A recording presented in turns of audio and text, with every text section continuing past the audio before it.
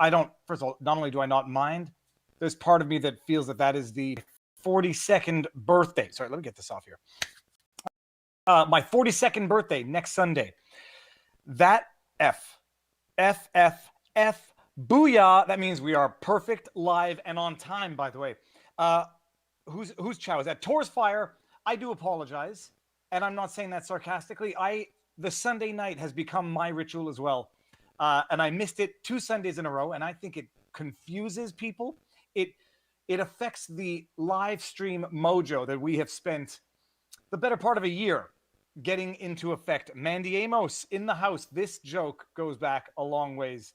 You can buy a dog from Fenway in October. I don't know if that's directed at me, but okay, so everybody. Viva, can you have Lord Monkton as a guest? He said informed by... okay, I don't know. I'll look into who that is. Let me just take a screenshot. Get back to that afterwards. Okay. So, I will admit that I have been a little down in the dumps over this weekend and in general. We're going to start with the Viva rant because the world does not seem to be getting any saner, any more logical, any more interested in reasoned discourse and discussion on, minor issues like our most fundamental civil rights and liberties. And it almost seems to be accelerating in the wrong direction at an accelerating rate. The anecdote of my weekend, which kicked it all off, was Friday night. I'm in the park, still in curfew, by the way. Still in curfew in Quebec. Tomorrow, our Supreme Leader François Legault is going to announce some wind down measures. I don't know what's going to be announced, but everyone who's been following my channel, my Viva on the Streets, for a while now, started in January when we had our 4-week curfew to stem what was increased hospitalizations in ICU in January 2021 in the context of a pandemic that had been going on for almost a year.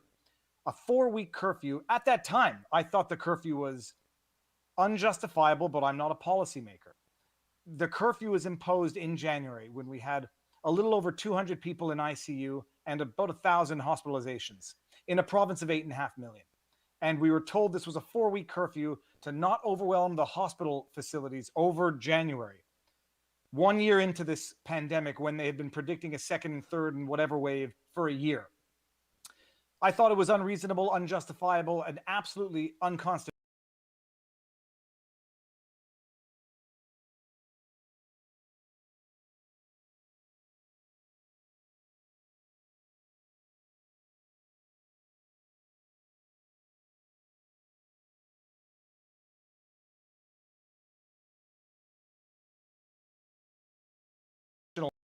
Then, and I said, I'm just going to do daily Viva on the Street updates until this is over. Right now, our numbers are half what they were at the time this 4-week curfew was imposed. And instead of people clamoring, it was imposed, and nobody cares. It's almost as though it feels like people need to be told what time to go to bed. And all that to flip it into the fact that I'm in the park on a beautiful Friday evening. It's just my family and another family who I didn't recognize, but 2 kids, young kids, I don't know, 4, 6, 3, 5, wearing face masks with the mother. And we're all distanced and there's no one else there. And I said, if you're wearing the masks for us, you can take them off. You don't need to worry. And then she said, no, they always wear them. And I swear to you, it hurt my stomach. And that just put me into a downward psychological spiral for the better part of the weekend. I'm celebrating my wife's 40th birthday. You all knew that. Saturday night. We have to celebrate it with videos that her friends are sending her and gifts that are opened, in the solitude of our home, which is not really, our family, but we've replaced celebration with video, Zoom. Like that's a substitute, like that's reasonable at this stage of the COVID. Like that's reasonable at this stage that the border between Quebec and Ontario is still closed. Okay, that's not the rant. You know what? Let's do the rant before we even get to the super chat standard disclaimers. the border between Ontario and Quebec is still closed. I have brothers in Ontario that I haven't been able to see, nephews, because interprovincial travel, yeah, that small constitutional right that exists in our Canadian Charter of Human Rights, and just that small thing, no. And the borders, why? Because they have hundreds of thousands of hospitalizations, like maybe in the 1500s, I think last time I checked, in Ontario, population 14.5 million. So they shut down the border, tried to do house arrest, but even the police in Ontario said they wouldn't do this. Meanwhile, out of Nova Scotia, you get courts issuing injunctions to prevent the threat, the stated protests, unmasked protests, or protest against the lockdowns and the face masks. Court issuing injunctions to enjoin, prevent, prohibit public protest. Alberta did the same thing. This is it. Minor details. Prohibit the right to protest, the measures that have been crippling our society for the last year. And if you take issue with it, I just heard a massive thump upstairs. If you take issue with it, the government portrays you as the extremist, the right-wing nutcase who's just selfish and just wants Granny to pass away. You got Jagmeet Singh, the leader of the NDP, saying that if you're anti-face mask, I don't know exactly what scope, like, if you're anti-face mask outside, that it's a selfish decision. And he's noticed this selfish modus operandi, with far-right extremism. This is the level of political honesty and discourse, to demonize anybody who dare disagree, and anybody who dare say, yeah, even when you're mitigating an emergency, if that's what this is, even if you're mitigating an emergency, you kind of have to do it in as much as possible in tandem with constitutional rights. But our rights don't exist. They just don't exist. And the courts are sanctioning the government-imposed edicts, and it's atrocious. Okay, just look at how large Viva and Barnes has become. Congrats. Thank you very much. I see your what? Aha, ACOR. Speaking of ACOR, our AC is again not working, but we have to redo the roof or re-tar the roof, so the AC is not working. It's hot and cranky and yada, yada, yada. Okay, I got a new fishing rod, so stick around for some fishing videos. Alex Ambrose says, you should read Cults in Our Midst by Margaret Singer, first book reference. It's scary how much government behaves like cult leadership. Jagmeet Singh actually said that if you're anti-mask, it's a right-wing extremist thing, as if to say anybody who thinks maybe you don't slap masks reflexively on children, you're a right-wing extremist. Don't listen to them.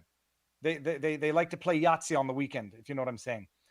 I missed all of the super chats, and now I'm going to get to the first disclaimer because I see Robert is in the house. I think he's smirking at my.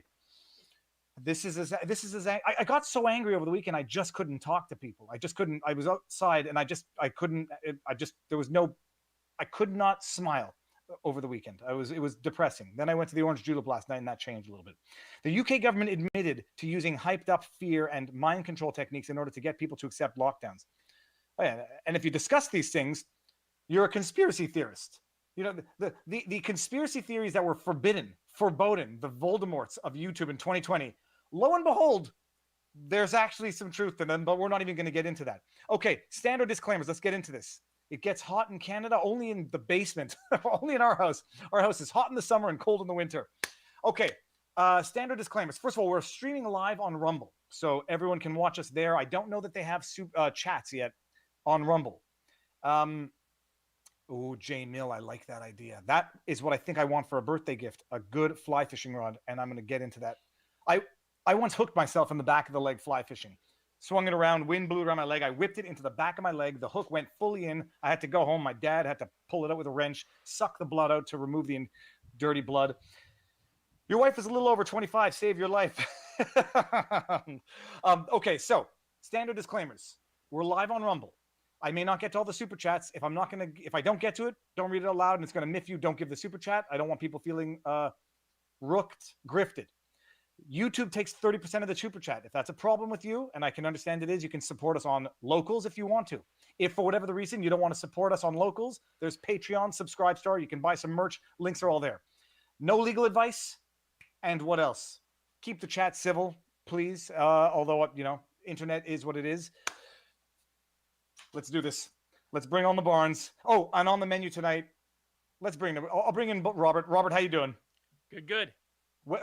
We don't have it on our menu, but we got to get to some of the Canadian decisions, Robert, because I think they'll blow your Oh, mind. yeah. Two things. We'll get to the Canadians ones. We're going to get to Fourth Amendment affirmed by the Supreme Court. What were the other ones? Florida suing the Biden administration. No, the Florida suing the CDC and the government, or just the government. Bars suing Biden for discrimination, racial discrimination, tax issues. The lawsuits just keep coming. And I did as much. At Cracker Barrel, we know the cheese you choose makes a difference. That's why we went to sunny California to choose the finest of smoked provolones. New black ribbon slices. Cracker Barrel. Cheese wisely. The homework as I could that you gave me, but I was preoccupied with family stuff and frustrated all weekend. Robert, coming out of Canada. Let's start with the first one. Pure Canadian content. The CBC, the Canada Broadcasting Corporation, a crown entity, which means it is a government corporation. They are subsidized by the federal government to the tune of $1 billion a year. And they get a bunch of other perks. They get a bunch of other benefits. And they're funded by the federal government, which happens to be a liberal government. In the election cycle of 2018, the CBC, who's so strapped for cash that they need government subsidies and government handouts, they found it in their pocketbooks to sue the conservative government for copyright infringement because the conservative government used some of their news footage and tweets in what they turned into a political ad during the 2018 federal election. CBC sued, took an injunction. They lost then. I'm fairly certain they lost then. They lost now ultimately. The court basically, it was a no-brainer. Determined it was fair. We don't go by fair use in Canada. We go fair dealings. But they determined it was fair use of otherwise copyrighted material. The tweets are not copyrightable from what I can understand. Robert, the question people were asking, and in Canada, I think the answer is no. In the States, for example, the NPR, which receives federal or receives government funding, do they own copyright over their material? I think so, but to be honest with you, I don't know. I assume so. And I think the answer is yes here, where just because it's government funded doesn't make their material public domain. But the CBC sues the Conservative Party, sues the Conservative Party using federal taxpayer dollars coming from the Liberal government of Canadian taxpayers to sue the political opposition. What do you think when you see these types of things coming out of Canada? Does it shock you, or do you say this is just par for the course in politics? Well, I mean, the Canada's just a little bit more to the kind of statist left, if you will, more of a neoliberal political domination. I mean, the Canadian type ancestral audiences in the States, the old Yankee populations are similarly minded.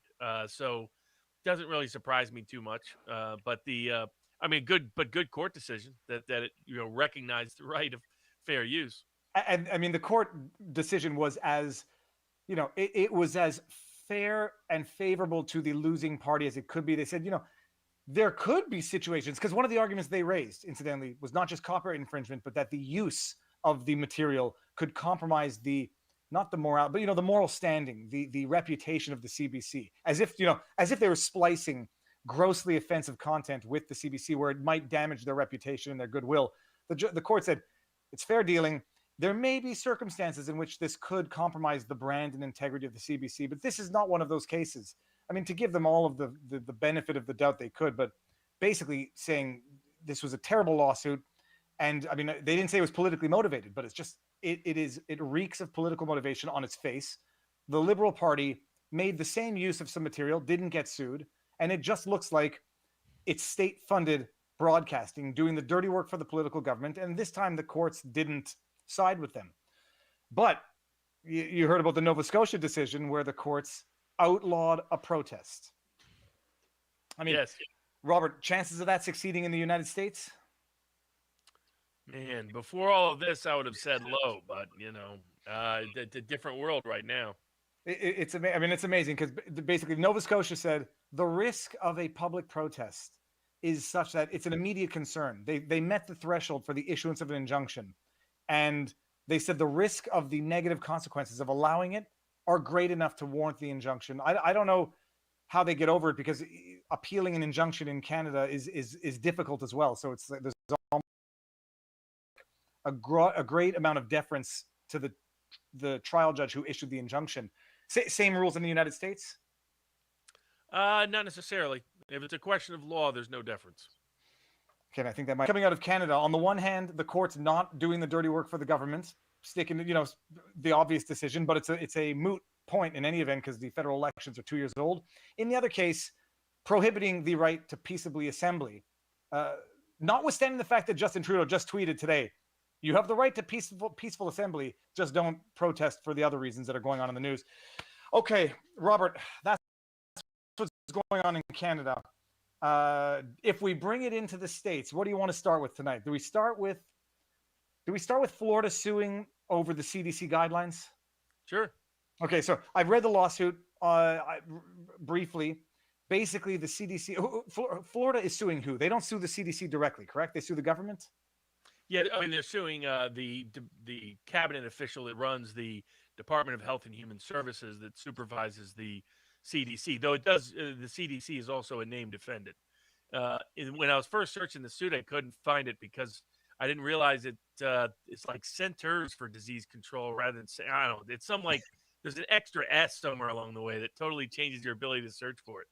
But but that's the nature of the suit. It's the actual state of Florida is a plaintiff, and the Center for Disease Control is a defendant. But the primary defendant is the cabinet official that runs the Department of Health and Human Services, the former Attorney General for the state of California.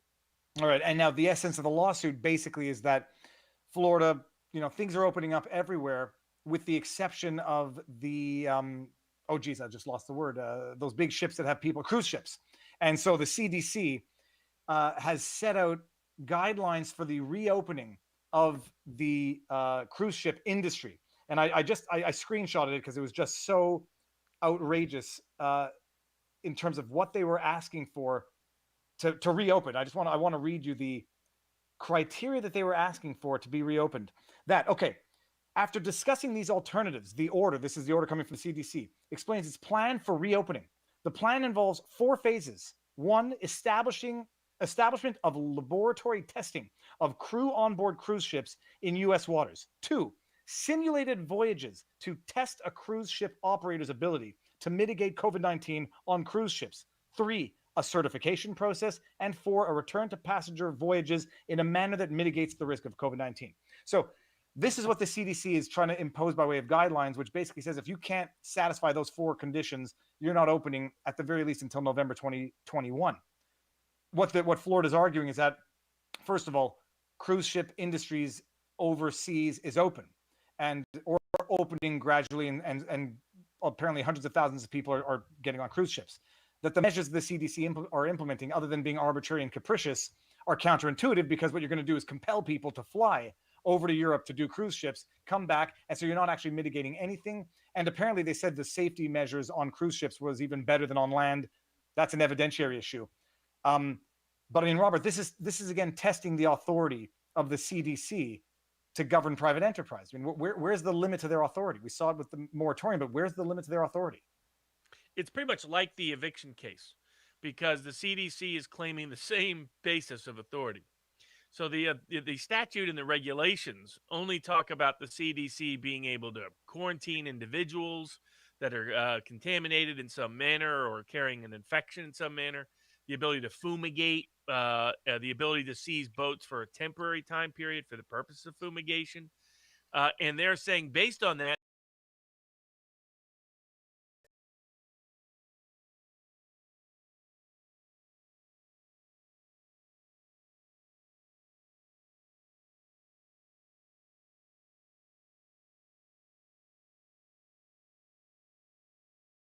for the entire industry.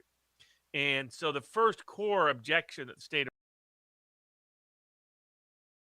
Florida, but their first objection is CDC simply doesn't have this authority. The statute doesn't give it to them. The regulations don't give it to them. The second part is, the old statement constitutionally has been if Congress does not give an elephant-sized authority out of a mouse hole. And so the point is, if they want broad authority, they will give it. And if they don't, you can't have it. The second is to the degree that the court claims that they do have such authority, then it's unconstitutional because it's a delegation of legislative power to the executive branch. The executive branch can't write laws, can't make laws. There's been a derivation of that doctrine by allowing them to pass rules and regulations under certain procedures and protocols, but there's always been limits to the constitutional scope of it, and I hope the courts pull that back altogether. The third is that they didn't go through the regular APA process. They didn't do meaningful notice and comment. They didn't do meaningful evidentiary evaluation. And here it's similar to the Stickman, the eviction case, in that the evidence is that CDC doesn't have evidence for why they did what they did, for what alternatives they looked at. They didn't have evidence for whether they looked at what Florida, the state, was doing to accommodate for this. And that's part of the arguments that they're making, is that they didn't even go through they don't have constitutional authority to do what they're doing. They didn't even go through the evidentiary process that we test to make sure that we can have confidence in whatever evidentiary outcome that they came to. And third, the evidence doesn't support them and substantiate them. And last but not least, noting the obvious contradictions. They're not shutting down the airline industry, but they're shutting down cruise ships. No, it's amazing. Great.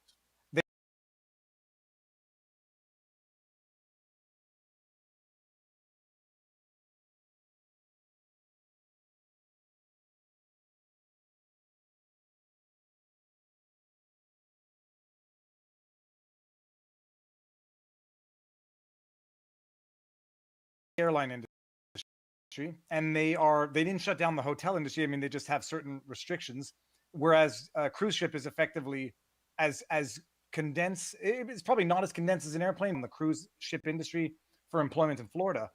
Yep. And apparently one of the arguments they also raised was that the protocol or whatever measures they implemented were before vaccination, and that the situation has changed. Right. Why? I mean, what's the rationale? Do we have any? Do we know why the CDC would treat the cruise ship industry different than hotels and aviation? They don't really have compelling arguments. They had an evidentiary hearing last week on it, and the court said, or kind of,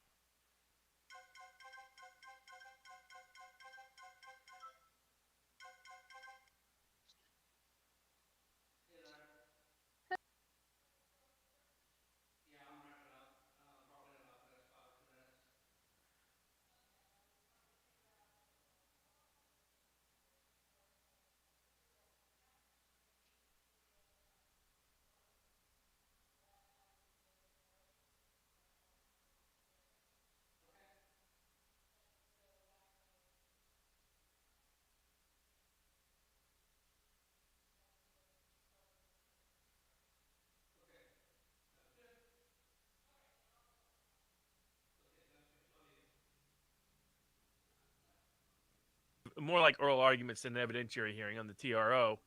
And the court was sympathetic to the CDC's position on the whole scary virus routine, but was skeptical of the CDC's provision of not having any hard deadline. So it's one thing. My internet came with so many hidden monthly fees, I started fee keeping. They don't make much honey, but they do sting. Don't get fees. Get Frontier and get no hidden monthly fees for $59.99 a month plus taxes and government charges.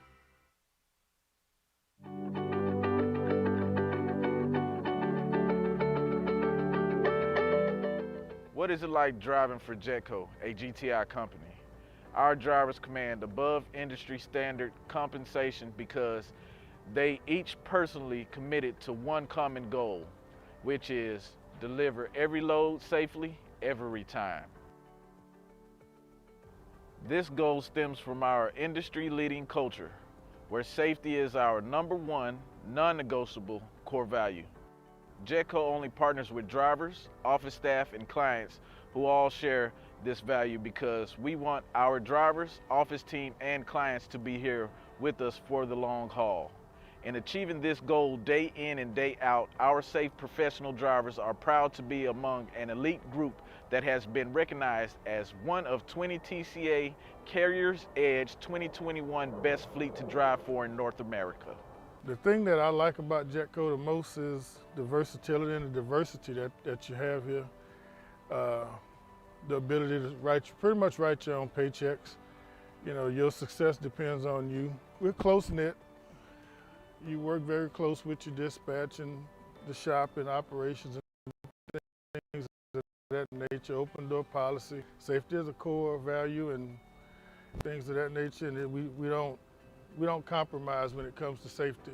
I mean, when in doubt, we call a timeout. If you feel something's not right, see something, say something.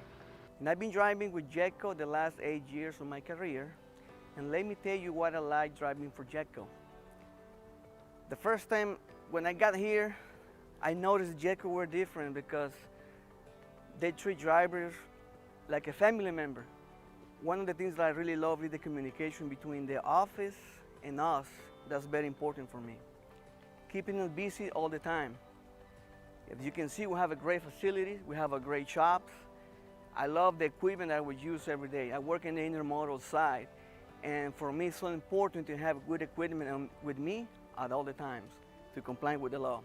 I got the opportunity to serve as American Road Team Captain with the American Trucking Association 2019 and 2020. Now I became a veteran captain.